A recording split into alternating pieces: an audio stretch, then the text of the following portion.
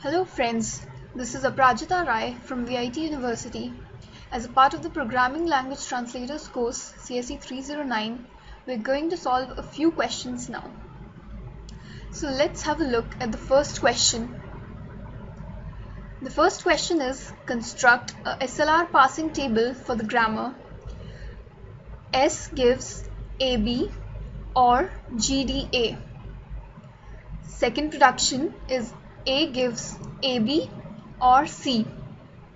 Third production, B gives DC. Next is C gives GC or G. Then the last production is D gives FD or G. So let's have a look at how to solve this problem. So it consists of a few steps. So let's start from the step 1, which is to number the production rules. So as we see, the first production is S gives AB or GDA.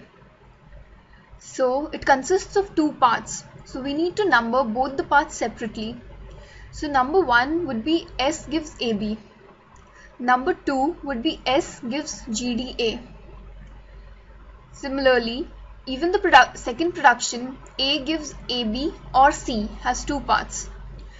So we need to divide them both. So production number 3 would be A gives AB, 4 would be A gives C. Now B gives DC has only one part. So number 5 would be B gives DC. Number 6 is C gives GC. Number 7, C gives G. Similarly, number 8 is D gives FD. Number 9 is D gives G. So now that we have numbered all the productions in our given grammar, let's move on to the next step. In the next step, we add a S prime. So we have a new production, S prime gives dot S. So now what we have to do is, wherever we have a dot, we need to add dot in those productions. So let's just look at it with the example, like S dash gives dot S. So we have a dot with an S. So we need to add a dot in all the productions of S. So we have S gives AB. So we'll add a dot over there. So S gives dot AB. Then we have S gives GDA. So we'll add a dot over there. So S gives dot GDA. Next we have S gives dot AB. So we see that there is a dot next to A. So therefore, we will also need to add dots in the productions of A. So the productions of A are A gives AB and A gives C. So we'll add a dot in both these productions. So we get A gives dot AB, A gives dot C. So next we see that we had a production S gives dot GDA. So in this production, the dot is next to G. So we don't have any production with a terminal symbol. So we don't need to step any further. So this is our second step. We number this as I0. This is our I0. Similarly, we need to find others like I1, I2, I3. Now let's look how do we find those. So for that, our ultimate goal is to move the dot which is there at the beginning at the end. So whenever the dot reaches at the end, we need to stop there. So for the first example, we write as go to I0, S. Go to I0, S. So what happens is, we had a production S dash gives dot S. So when we write go to I naught comma S, the dot moves one step towards the right hand side. So our production becomes S dash gives S dot. So we have achieved our goal of moving the dot towards the farther end, rightmost end. So this production we name it as I1. So next, in I0 we had several other productions as well, like S gives dot AB, S gives dot GDA, A gives dot AB, A gives dot C. So we wrote I1 by moving the dot in S dash gives dot S. Now we need to do the same thing with S gives dot AB. So we will write it as go to of I0 comma A. So we have over here go to of I0 comma A. So in that, if we move the dot towards the right side, we get S gives A dot B. S gives A dot B. Now we see that the dot is there before B, which is a non-terminal. So according to the step 2, we need to add a dot in the productions of B. So the productions of B were B gives DC. So we add a dot in that. So we get B gives dot DC.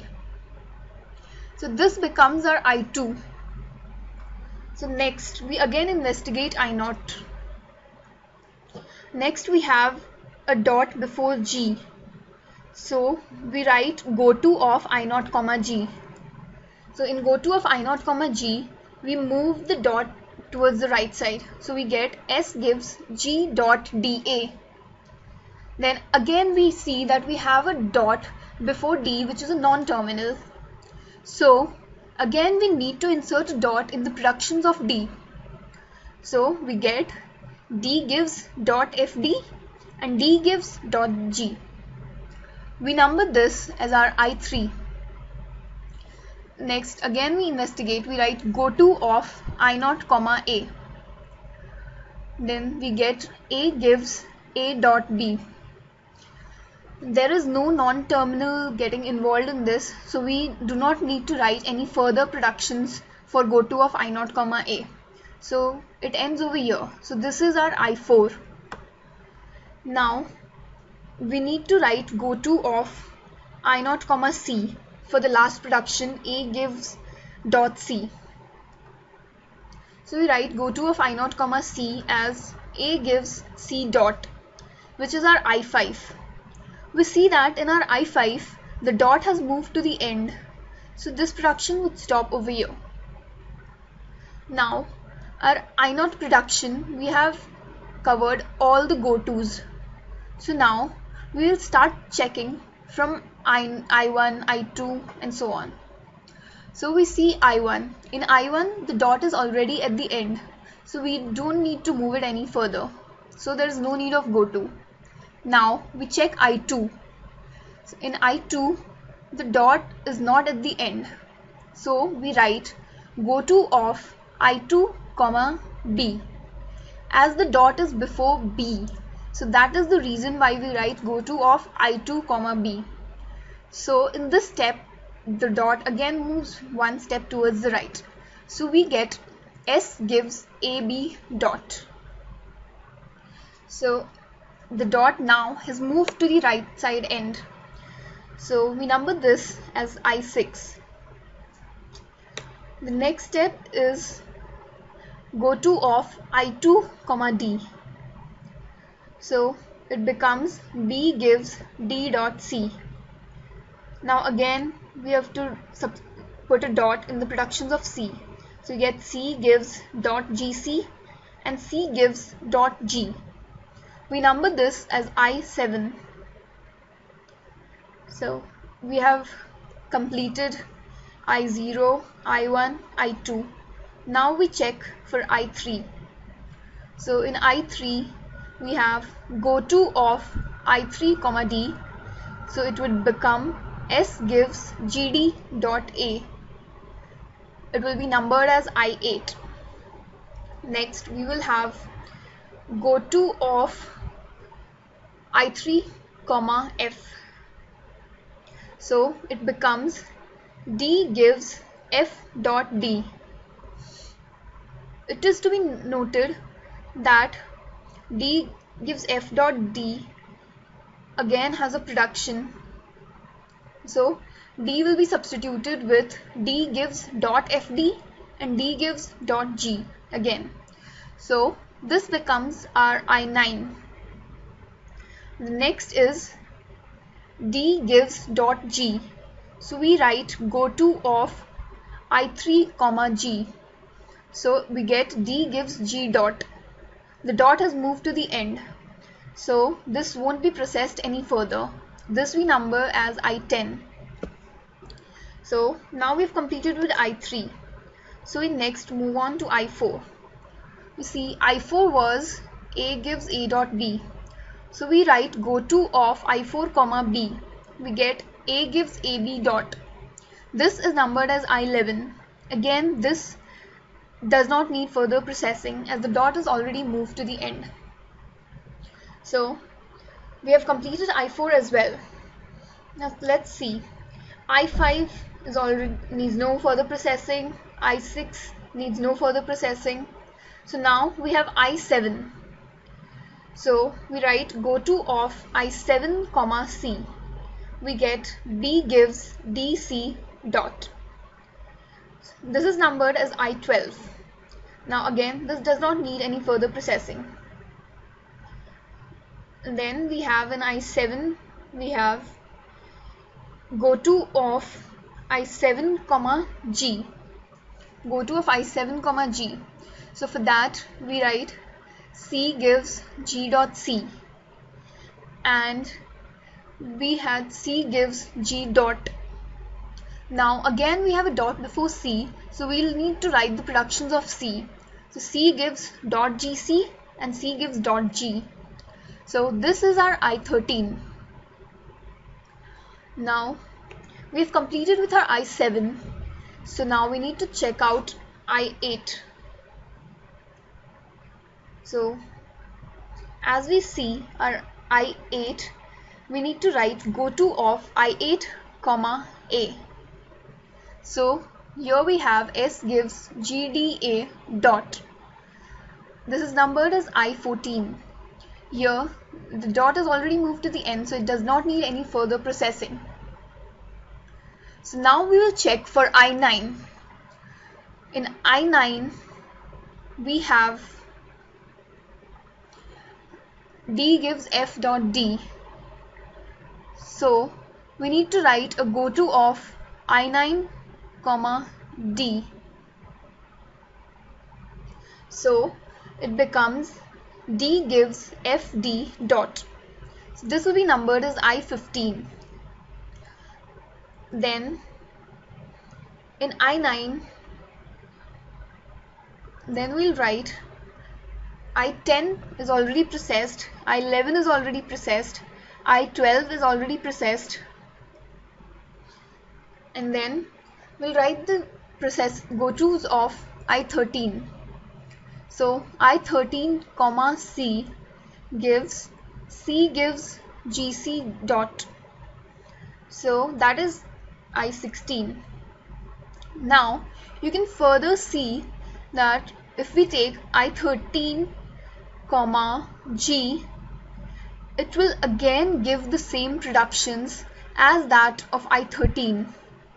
So we don't need the same productions again. So our process has stopped over here. So we got from I0 till I16. So now the next step, we need to construct the passing table. But before we construct the passing table, we need some information beforehand. So our fourth step would be to write the first and follow of all the terminal symbols. So we prepare this first and follow table. So as you can see from the productions, the first of S will be A, C and G. The follow will be dollar, as S does not appear anywhere on the right hand side. Similarly, the first of A will be A, C, and the follow will be D, and so on. So let's move on to the constructing the passing table. So for constructing the passing table, what we need to do is first we need to check the terminals where they have a dot at the end. So let's see.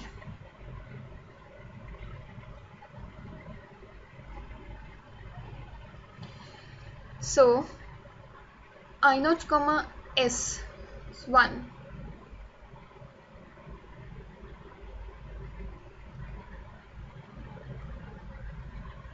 In this I1 we have a goto of I naught comma S. So goto of I naught comma S occurs in I1. So we enter 1 in the column. We enter 1 in the column I naught comma I naught S. So next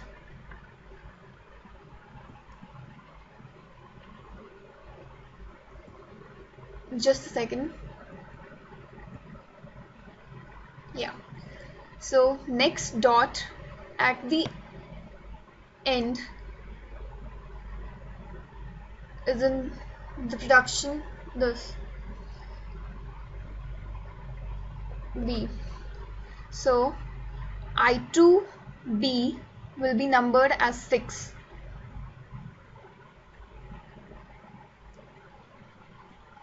So here we have I2B numbered as 6. So next we have I3D numbered as 8.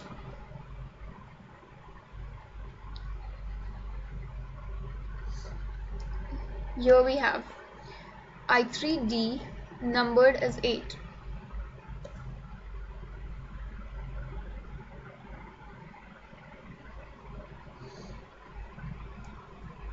And then we have I0A is I2.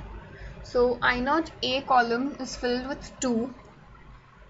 Similarly, we have I7 and C in I12.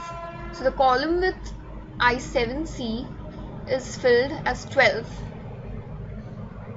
So here we have the box with I7C is filled with 12.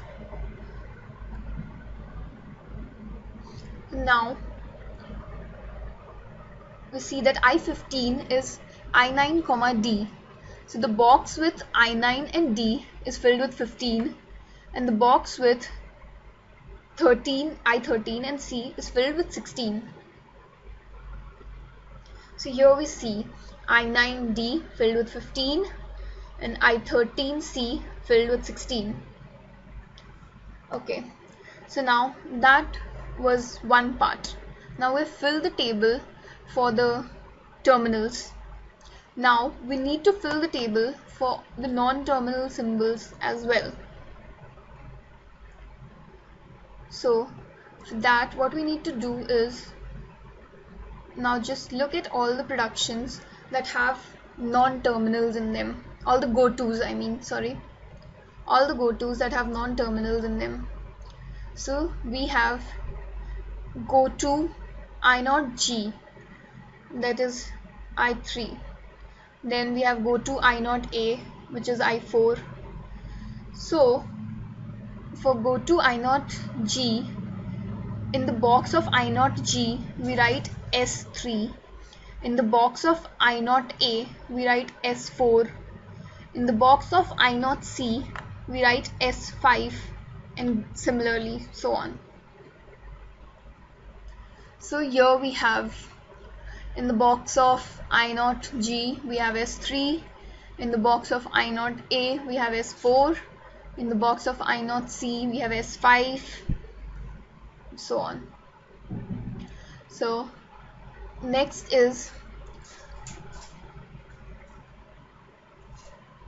Let's check on more. So we have numbered till I0C. Then we have I2D, which is I7. I2D, which is I7. Then I3F, which is I9. Then I3G, which is I10. So we need to number the box with I3F as S9, the box with I3G as S10. So let's have a look at the table again. So here we have the box with I2D numbered as S7, I3F numbered as S9, I3G numbered as S10. So similarly we have I4B as S11, I7G as S13, then I9F again as S9, I9G again as S10, I13G as S13. So now we see that we have exhausted all the rules with the non-terminals. So now there is one more step. Now we need to check all the go-tos where we have the dot in the end. So let's have a look at the go-tos with the dot in the end. So we have that in I1 we have S dash gives S dot, and then we have it in I5, which is A gives C dot. So for such cases what we have to do is we need to write the number of the production. Remember in step 1 in which we had numbered the productions. S gives AB is 1, S gives GD A is 2, A gives AB is 3, and so on. So we see that A gives C dot, that is I5. So for that we need to check the number of the production A gives C. So we see that for that the production number is 4. So let's see how we fill it in the table.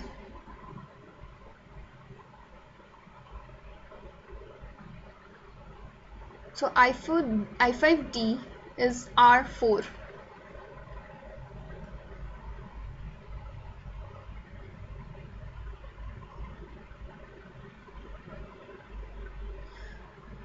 See, it is I5D, it is R4. So next is the next terminal is in I6. So we have the production S gives AB. So S gives AB is production number 1. So we need to write R1 in the production I6 dollar. So we need to check this from the first and follow that we had written.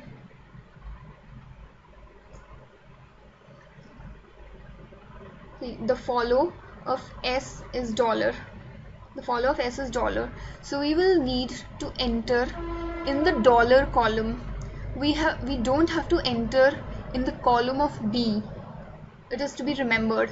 We need to enter the value R1 in the column of dollar. So I6 dollar will be R1.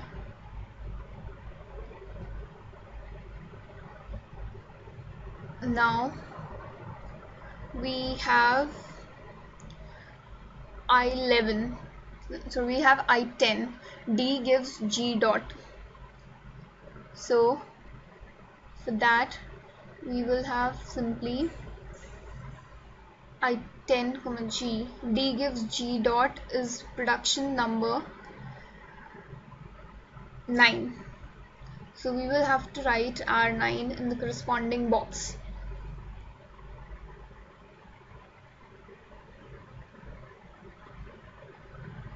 Yeah. So we write R9 in I10, A. Then I11D becomes R3, I12 dollar becomes R5, and so on. So guys, this is our SLR parsing table ready. So the next question is, discuss the role of finite automata in a compiler. So for this, we need to know what a finite automata is. So we need to know that a finite automata is a machine that takes as input any string of symbols and then accordingly changes its state. So like if a symbol is accepted, if a string is accepted, the automata will move to its final state. And if it is not accepted, then it will be in some middle state. So the finite automata is used to check whether a regular expression is accepted or not. So from this, we see that it is useful in checking the acceptance of a string. So the mathematical representation of a finite automata consists of a set of initial states, an initial state, a final state. A set of transitions will lead to a change of the state, and a set of input symbols. The set of input symbols can be any alphabets, A to Z, or any set of numbers or brackets or any such symbols. So let's have a look at an example to explain the concept of finite automata. So the question is to construct a finite automata which accepts a set of strings containing 4 ones in every string over the alphabet 0, 1. So we understand that the problem over here is checking all the strings which contain 4 ones should be accepted by the finite automata. The strings here in this case are only binary. So we draw the finite automata as given, as shown. So if we get any 0, we remain in the same state, Q0. If we get a 1, we move to the next state. If we get a 0, again we remain in the same state. If we get a 1, we move to the next state. And similarly for state Q2 and similarly for state Q3 till we reach the final state Q4. Now, once we have reached the final state, it does not matter how many zeros we encounter because we have already traversed 4 ones. So if you check this, automata will always accept only those strings that have only 4 ones. So in this finite automata, the initial state is Q0. The final state, that is also called the accepting state, is Q4. The set of all the states are Q0, Q1, Q2, Q3, Q4, and a set of alphabets is 0, 1. So this is the way of representing a finite automata. Now, regular expressions are widely used in programming for matching strings and extracting the text. They are a really simple method of describing a set of valid strings using basic characters. However, it is to be noted that this concept of finite automata cannot be used for matching of balanced parentheses. That is just one drawback of finite automata. So guys, now let's move on to the third question. The third question is, what strategy the LEX should adopt if keywords are not reserved words? So for this, let's have a background first. Now the keywords are basically the reserved words that are associated with some special meaning. This can be related to any kind of programming language. In any language we have some stored keywords of which the meaning the compiler already knows. So if the keywords would not be reserved words, then in a LEX, regular expressions for these keywords along with the appropriate actions should be introduced. What this means is we need to add the actions for these keywords. And these actions for these keywords should be added in such a way that the keywords should remain consistent. There should be no ambiguity. Then secondly, the symbol table should be updated by entering these keywords along with the appropriate meaning of them. It is to be noted that the compiler always uses the symbol table for referring to meaning of any keyword or any reserved word that it encounters. So in the case where our keyword is not a reserved word, so we need to convey the meaning of that to the compiler. So for that we need to update the symbol table with our new defined meaning, and this meaning should be consistent and unambiguous. This makes the keyword to take the appropriate meaning. Compiler has to make the consistency between the keywords for any application program. So that is how we deal when the keyword is not a reserved word. So the last question for this series is explain the operator precedence relation with an example. Now first have a look what operator precedence is. Now for an operator precedence grammar, the property to be satisfied is that no production right side should be an epsilon or has two adjacent non-terminals. This is called an operator grammar. So in operator precedence passing, three disjoint precedent relations between certain pairs of terminals are being defined. They are less than, the second is equal to, and the third is greater than. So these precedence relations guide the selection of handles. Let's have a look at some example. Now we have the grammar E gives E plus E or E into E or bracket E bracket or ID. Now consider the initial form ID plus ID into ID.